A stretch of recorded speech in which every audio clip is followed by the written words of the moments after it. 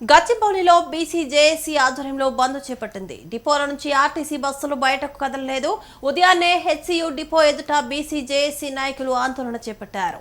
ఆందోళనలో తెలంగాణ రాష్ట్ర కాంగ్రెస్ పార్టీ ప్రధాన కార్యదర్శి జగదీశ్వర్ గౌడ్, సగరా సంఘం అధ్యక్షులు శేఖర్ సాగర్, కాంగ్రెస్ పార్టీ నాయకులు, కార్యకర్తలు పాల్గొన్నారు.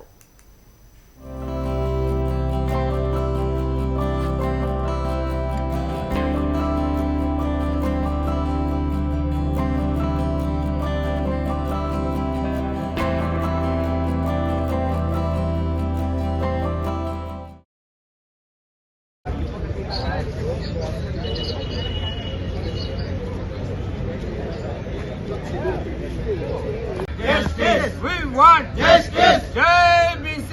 Jai BC. Jai BC. Jai BC. BC la ఐక్యత.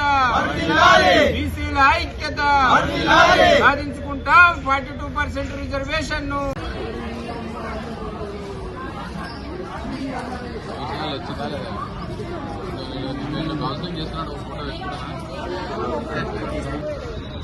ఈరోజు తెలంగాణ రాష్ట్ర వ్యాప్తంగా రాష్ట్ర బీసీ జేఏసీ ఇచ్చినటువంటి పిలుపు మేరకు బీసీలకు 42% రిజర్వేషన్ల అమలు డిమాండ్తోని రాష్ట్ర వ్యాప్త బంద్ కొనసాగుతూ ఉన్నది.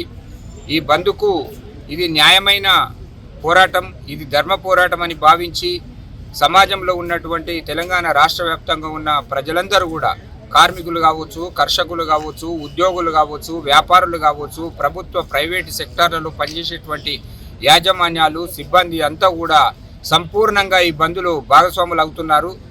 మరి ఈరోజు తెలంగాణలో ఉన్నటువంటి 2.5 కోట్ల ప్రజల ఆకాంక్ష నెరవేర్చే క్రమంలో ఈ సబ్బండ వర్గాలు ఇస్తున్నటువంటి చేయుతతోని మా యొక్క ఈ డిమాండ్ నెరవేరే వరకు కేంద్ర రాష్ట్ర ప్రభుత్వాలు ఏదైతే బీసీలకు విద్యా, ఉద్యోగ, రాజకీయ రంగాలలో రిజర్వేషన్లను సంపూర్ణంగా చట్టపరంగా అమలు చేసే వరకు తెలంగాణ వ్యాప్తంగా ఈ ఉద్యమం కొనసాగుతూ ఉంటుంది. రాష్ట్ర స్థాయి నుంచి కింది స్థాయి వరకు, గ్రామ స్థాయి వరకు కూడా జేఏసీలను ఏర్పాటు చేస్తూ ఉన్నాం. ఈరోజు షేర్లింగంపల్లి నియోజకవర్గంలో బీసీ జేఏసీ ఆధ్వర్యంలో అన్ని బస్సు డిపోల ముందు పెట్రోల్ పంపులు, రహదారులు అన్నిటిని కూడా దిగ్బంధం చేయడం జరుగుతూ ఉంది.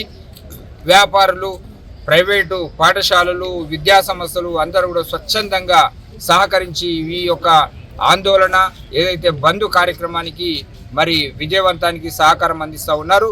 ఈ డిమాండ్ ఏవైతే ఉన్నాయో ఇది న్యాయమైన డిమాండు. ఇది రాజకీయ నాయకులు ఒక రకమైనటువంటి చదరంగంలో బీసీలతోని ఆడుకుంటూ ఉన్నారు. అన్ని రాజకీయ పార్టీలు బీసీలకు అన్యాయం చేసినాయే. ఈరోజు ఏ ఒక్క పార్టీని విమర్శించడానికి అవకాశం లేకుండా ఏ ఒక్క పార్టీ కూడా బీసీల కోసం నిజంగా చిత్తశుద్ధితో ఉన్నటువంటి ఏ రాజకీయ పార్టీ కూడా ఈ రాష్ట్రంలో కనిపించట్లేదు.